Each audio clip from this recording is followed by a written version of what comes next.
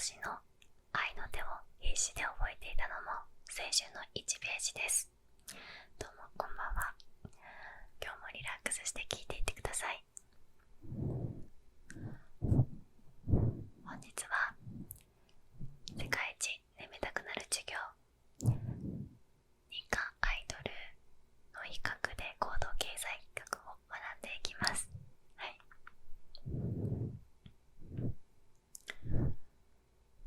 日本には昔から根強いアイドル文化がありますよね。モームスとか AKB48 さんをはじめ、ももクロとかフェリーズ工房とかアイドリングで、今はもう坂道系とかがすごく人気ですね。個人的にはAKB48 さんの桜の花びらたちから始まって、コンマジ女てっぺんブルースとかもうそういうの聞くと胸がキュッてします。はい。一方、韓国にも様々なアイドルがグループが、活躍していますね。少女時代とかからに始まり、ティアラとか4ミニッツとか、あとはブラックピンクとかモモランド、今は TWICE とか ITZY とかかな。はい。皆さんはこのグループにぞっこんだったみたいなのはありますか？今回ですね、この授業を受けるにあたってご了承いただきたいポイントがあります。それはこれから話をするときは、日本のアイドルってこんな感じだよね、韓国のアイドルってこんな感じだよねっていう、詳しくない人でも想像しやすいイメージでお話を進めていきます。もちろんそんないろんなアイドルがいるし、一括りにはできないよっていうご意見すごくわかります。私もね、いろんなグループが好きだからこそ、そのお気持ちは痛いほどわかります。でも、学問をね、学んでいく上である程度一般化、抽象化してお話ししていくということを、どうかご了承ください。はい。今回のキーワードはですね、じゃん、バンドワゴン効果とアンダードッグ効果です。動画の流れとしては、この用語について意味とかちょっとした例を学んだ後に、実際アイドルマーケティングにはどのように、使われているのかを使って深く学んでいきたいと思います。この他にもいろんな行動経済学に関するワードが出てきますので、ぜひ勉強のね、お役に立てればいいなと思います。はい。じゃあまずはね、このバンドワゴン効果から見ていきます。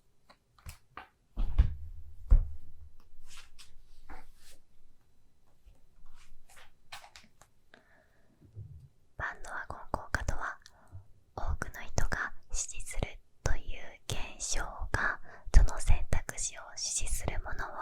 増大させるという効果です。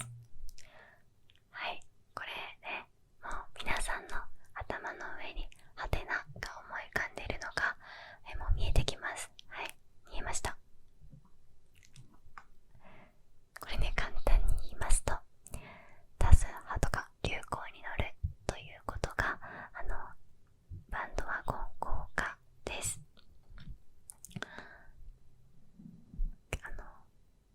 結構ね、少数意見を言ったり、あとは時代遅れたって言われるのって結構ね、嫌だから、割と、日本人にはよく見られる、いろんな場面で見られる効果なんじゃないかなと思います。こう聞くとね、同調効果と似ているんじゃないのと思うかもしれないですけど、同調ってね、圧力でなんとなく合わせなきゃいけないっていう雰囲気にやられるっていう感じなんですけど、バンドワゴン効果っていうのは、この流行に乗ったり多数派に乗ることで、単純に自分も満足したり嬉しくなっている状態のことです。いい意味でって感じですね。いい意味で流行になって自分も楽しくなったり嬉しくなっている状況ですね。はい。ちなみにですね、このバンドワゴンってなんだって話なんですけど、バンドワゴンの由来は楽器の行進の先頭にいる楽隊者のことをバンドワゴンと言います。すごく楽しそうな音楽をバンドワゴン楽隊者がね鳴らしていて、それに続いてね、いろんな人が楽器を鳴らしたり踊っていたりしたら、なんかよくわかんないけど自分も楽しそうだし乗っとこうみたいな感じで、どんどん人が増えていく、その雰囲気とかノリから来てますね。なんかとりあえずみんなに乗っておこうみたいなノリです。はい。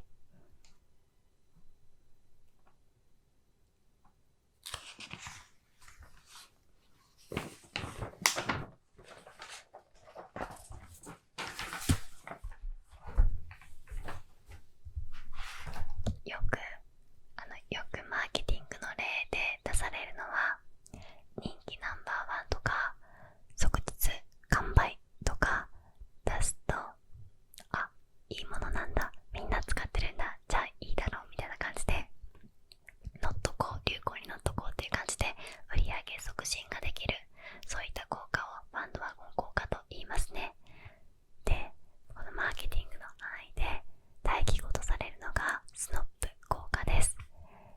なんか今だけ期間限定とか数量限定っていう希少性を強調することで売上促進することです。さっきはね、バンドワゴンだったらみんなに合わせてみんなにと一緒流行に乗ることで自分も嬉しくなっていましたが、次は逆に流行には乗らないぜみたいな、みんなと違う方がイケてる、でもみんなと違うことに嬉しさを感じる人に効果的なのがスノップ効果です。はい。ちょっと腕が疲れたので持ち替えました。先ほどマーケティングの例だと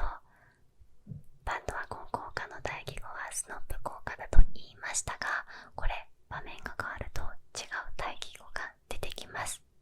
よく投票行動を例に説明されるので、今回もそれを使っていきます。じゃあ、投票行動の時に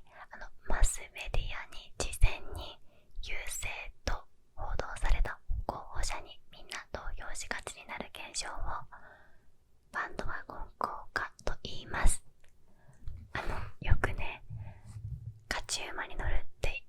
言い方もされるので馬を書いています。はい。で、それの対義語になるのがスノップ効果ではありません。不利になる状況にある人に応援したくなるという現象を、これはアンダードッグ効果と言います。はい。勝ち馬が出てきたんですけど、日本語だとかませ犬って略されたりしますね。なんか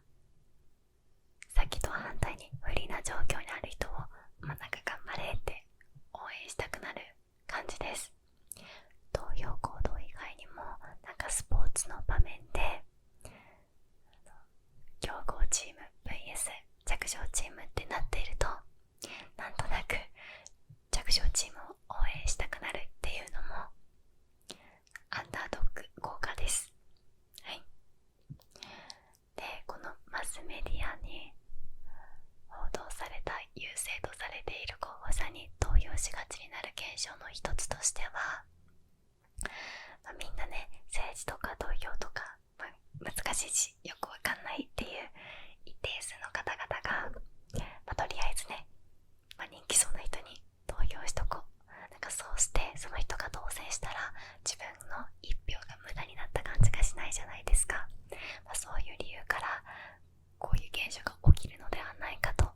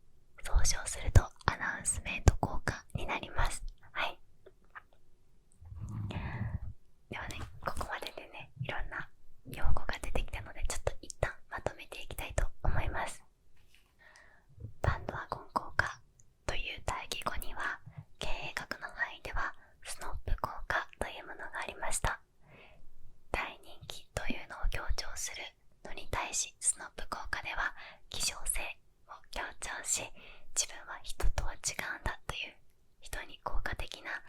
マーケティング方法でした。一方、政治学の分野では、優勢とされた人に投票する大規模としてアンダードッグ効果、不利な状況にある人を応援するという効果がありました。ざっくり図に表すとこんな感じです。はい、ではここからいよいよアイドルマーケティングをこういった観点から考察していきたいと思います。はい、日本にはたくさんいろんなアイドルグループがいますが、AKB48 さんを皆さんイメージしやすいと思うので、今回は AKB48 を例に見ていきたいと思います。はい、まず AKB48 と言ったら会いに行けるアイドルというのが特徴的ですよね。初めのうちはね、この会いに行けるというコンセプトがすごく画期的なものでした。それまではアイドルってなんかテレビの画面の向こうに存在という感じで、なんかね、空想崇拝的なものがあったと思います。でそれに対してもっと近くで応援できたらいいのになっていう潜在ニーズに対し、距離の近さを価値として提供しました。専用のね、劇場、狭いところでもう毎日のようにライブをしたり、高頻度で握手会をすることでその距離の近さを実現してきましたね。で、この距離の近さというのが応援したくなるアンダードッグ効果を促進するのにはとっても効果的です。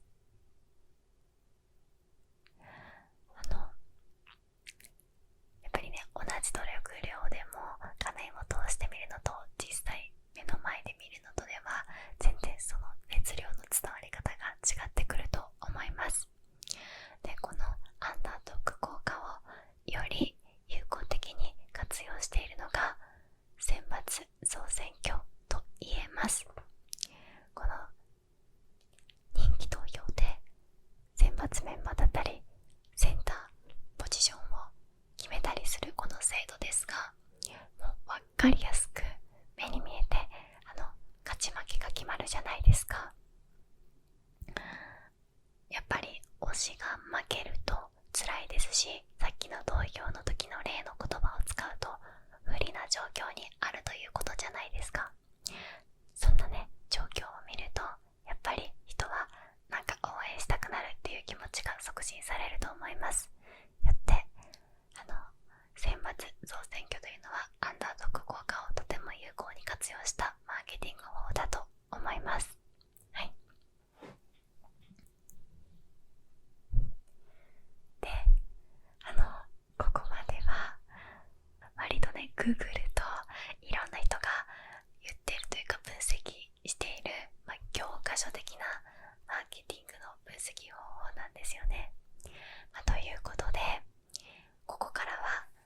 性の互形成という別の行動経済学の用語の観点からさらに AKB48 のマーケティングを分析していきたいと思います。こちらはより詳しく学びたい人向けなので、気になる方はぜひ動画で見てください。はい、ここまで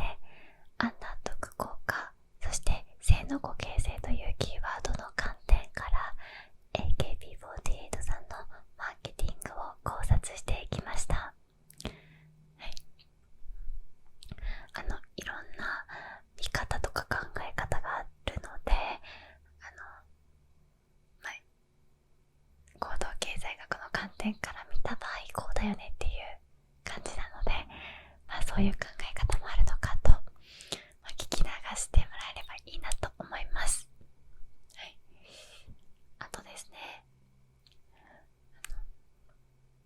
今回は AKB48 さんを中心に見てきましたが、地下アイドルっていう日本の文化そのものがアンダードッグ効果を促進しやすいものなんじゃないかなと思います。こうアイドルを売れていない時期から応援してそこにお金を投資するって、娯楽とも言えますし、本当それはなんか成長物語の消費なんじゃないかなと個人的には思っております。あと最近だとなんかオーディションの風景から大々的に放送するっていうのも多いですよね。私はなんか夜やってた番組でラストアイドルっていうグループのオーディション風景とか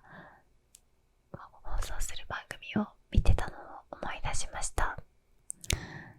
やっぱり汗水垂らして泣いて笑ってってしてる姿をね見てると、誰でもなんか応援したくなっちゃいますよね。でそれと同じように、個人的になんですけど、情熱大陸を見るとすごくね、見終わった後余韻に浸って、そのゲストの出演者の方をすごく応援したくなりますね。もう情熱大陸ってキラキラ輝いている部分も見せたり、あるいは